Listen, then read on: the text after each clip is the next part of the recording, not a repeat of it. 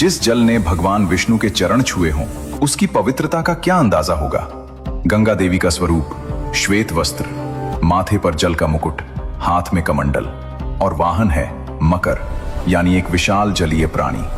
उनकी आंखों में करुणा का अथाह सागर। उनके नाम भी कई हैं।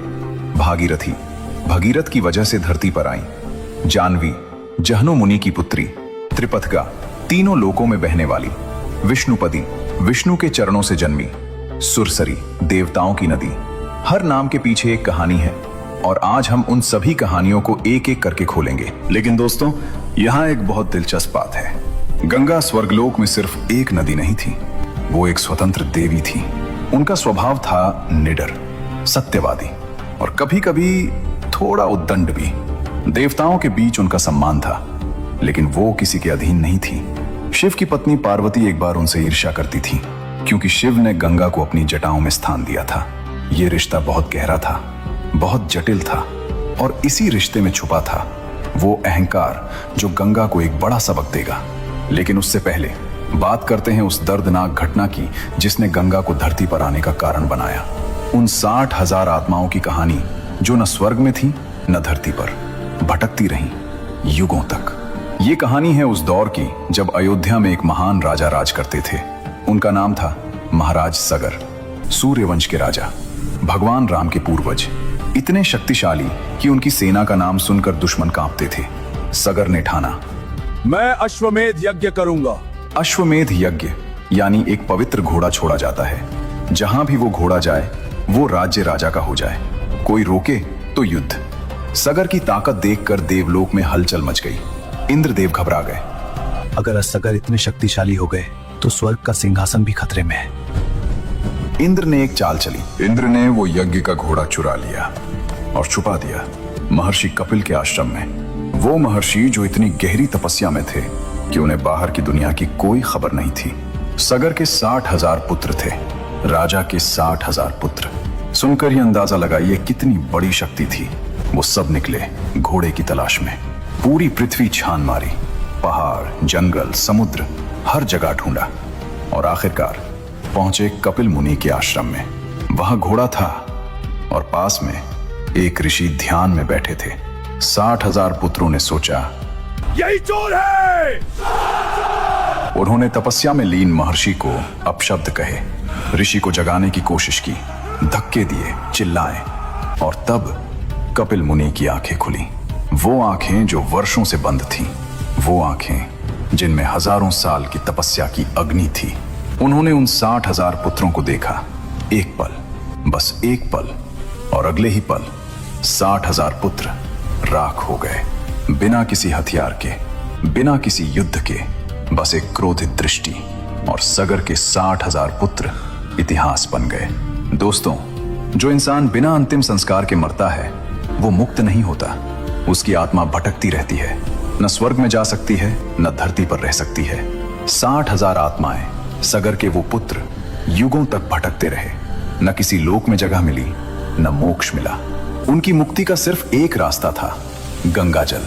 अगर गंगा का जल उनकी राख को छू ले तो मुक्ति मिल सकती थी, लेकिन गंगा स्वर्ग में थी और उन्हें धरती पर लाना असंभव लगता था। यहीं से शुरू हुई 3 पीढ़ियों की वो यात्रा जो हजारों साल चली और एक भगीरथ पर आकर पूरी हुई। सगर के बाद उनके वंशज एक एक करके कोशिश करते रहे। अंशुमान, सगर के पोते, उन्होंने तपस्या की वर्षों तक, लेकिन सफल नहीं हुए। दिलीप, अंशुमान के पुत्र, उन्होंने भी जीवन लगा दिया, लेकिन गंगा धरती पर नहीं आई। 2 पीढ़ियां बीत गईं और तब जन्मे भगीरथ, दिलीप के पुत्र। जब भगीरथ को पता चला कि उनके पूर्वज 60,000 आत्माएं अभी भी भटक रही हैं, उनके मन में एक संकल्प उठा। चाहे कुछ भी हो जाए, इन आत्माओं को मोक्ष दिलाना है और उसके लिए गंगा को धरती पर लाना होगा। भगीरथ ने राजपाट छोड़ दिया, महल छोड़ा, सुख छोड़ा, परिवार छोड़ा और चले गए हिमालय की ओर। वहां शुरू की ब्रह्मा जी की तपस्या। वर्षों तक एक पैर पर खड़े रहे, ठंड में भी, गर्मी में भी, तूफान में भी। भोजन नहीं, आराम नहीं, बस एक ही धुन, गंगा को धरती पर लाना है। और आखिरकार ब्रह्मा जी प्रकट हुए। ब्रह्मा जी ने कहा, वत्स, तुम्हारी भक्ति ने मुझे प्रसन्न किया। मैं गंगा को धरती पर भेजूंगा। भगीरथ के चेहरे पर खुशी आई, लेकिन तभी ब्रह्मा जी ने एक बात और कही। लेकिन एक समस्या है। भगीरथ ने पूछा। कौन सी समस्या प्रभु?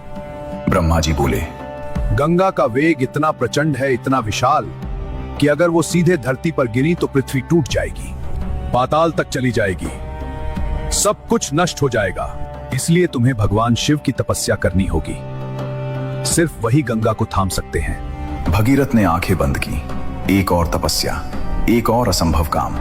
लेकिन भगीरथ डरे नहीं। जब तक काम पूरा नहीं होता रुकूंगा नहीं। इस बार वो पहुंचे कैलाश पर्वत पर और शुरू की महादेव की तपस्या। शिव की तपस्या करना आसान नहीं था, लेकिन जब भक्ति सच्ची हो तो शिव को पिघलते देर नहीं लगती। एक दिन कैलाश पर कंपन हुआ, नीली रोशनी फैली और भोलेनाथ प्रकट हुए। शिव ने भगीरथ को देखा। उनकी आंखों में अटूट विश्वास था। शिव मुस्कुराए। ठीक है भगीरथ, तुम्हारा संकल्प मैंने देख लिया। मैं गंगा को अपनी जटाओं में ले लूंगा। दोस्तों, अब आती है इस पूरी कहानी की सबसे दिलचस्प बात। जब स्वर्ग लोक में यह खबर पहुंची कि गंगा को धरती पर जाना है और शिव की जटाओं से होकर गुजरना है, तो गंगा ने क्या सोचा? गंगा ने सोचा, मैं शिव की जटाओं से होकर जाऊंगी। मेरा वेग तो इतना है कि मैं शिव को ही बहा ले जाऊंगी।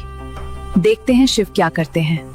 यह था गंगा का अहंकार, एक देवी का घमंड, और यही घमंड उन्हें एक बड़ा सबक देने वाला था। भगीरथ ने शिव को संकेत दिया।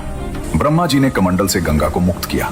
आकाश में एक विशाल जलधारा प्रकट हुई, चमकती हुई, गरजती हुई, पूरे ब्रह्मांड को हिलाती हुई। गंगा नीचे की तरफ आई, पूरे वेग के साथ। उनके मन में था, मैं शिव की जटाओं से होकर जाऊंगी। मेरा वेग तो इतना है कि मैं शिव को ही बहा ले जाऊंगी। देखते हैं शिव क्या करते हैं। और जब गंगा शिव की जटाओं में पहुंची, वो रुक गई, उलझ गई। शिव की जटाओं में इतने रास्ते थे, इतने पेच थे कि गंगा जिधर जाती थी उधर और उलझती जाती थी, जैसे कोई भूल भुलैया हो। गंगा एक रास्ते से निकलने की कोशिश करती और 3 और रास्तों में फंस जाती। महादेव की जटाएं, जिनमें पूरे ब्रह्मांड के रहस्य थे, उनमें गंगा खो गई। वर्षों तक बाहर नहीं निकल सकी। अहंकार का यही जवाब होता है। धरती पर भगीरथ इंतजार कर रहे थे, गंगा आई नहीं। वो समझ गए कुछ हो गया है। वो फिर झुक गए शिव के सामने। प्रभु, गंगा मां को मुक्त करें। मेरे पूर्वज इंतजार कर रहे हैं, उन्हें मोक्ष चाहिए। शिव ने आंखें खोली। उनके मुख पर एक हल्की मुस्कान थी। उन्होंने अपनी जटाएं ढीली की, धीरे धीरे, और गंगा निकली। इस बार अहंकार के बिना, इस बार विनम्रता के साथ।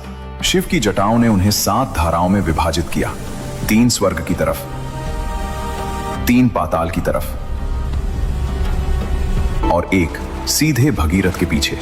धरती पर गंगा का आगमन हो चुका था। भगीरथ आगे चले, रथ पर सवार, राजसी वेश में, और पीछे पीछे बह रही थी गंगा। पहाड़ों से होती हुई, घाटियों से गुजरती हुई, जंगलों को पार करती हुई। जहां जहां गंगा गई वहां जीवन आ गया। सूखी धरती हरी हो गई, पशु पक्षी खुश हो गए, लोग दौड़कर गंगा का जल लेने आए। ये था गंगावतरण, वो पल जो इतिहास बन गया। लेकिन दोस्तों, रास्ते में एक और रुकावट आई, और इस रुकावट ने गंगा को एक नया नाम दिया। महर्षि जाहनु, एक महान तपस्वी, अपने आश्रम में यज्ञ कर रहे थे।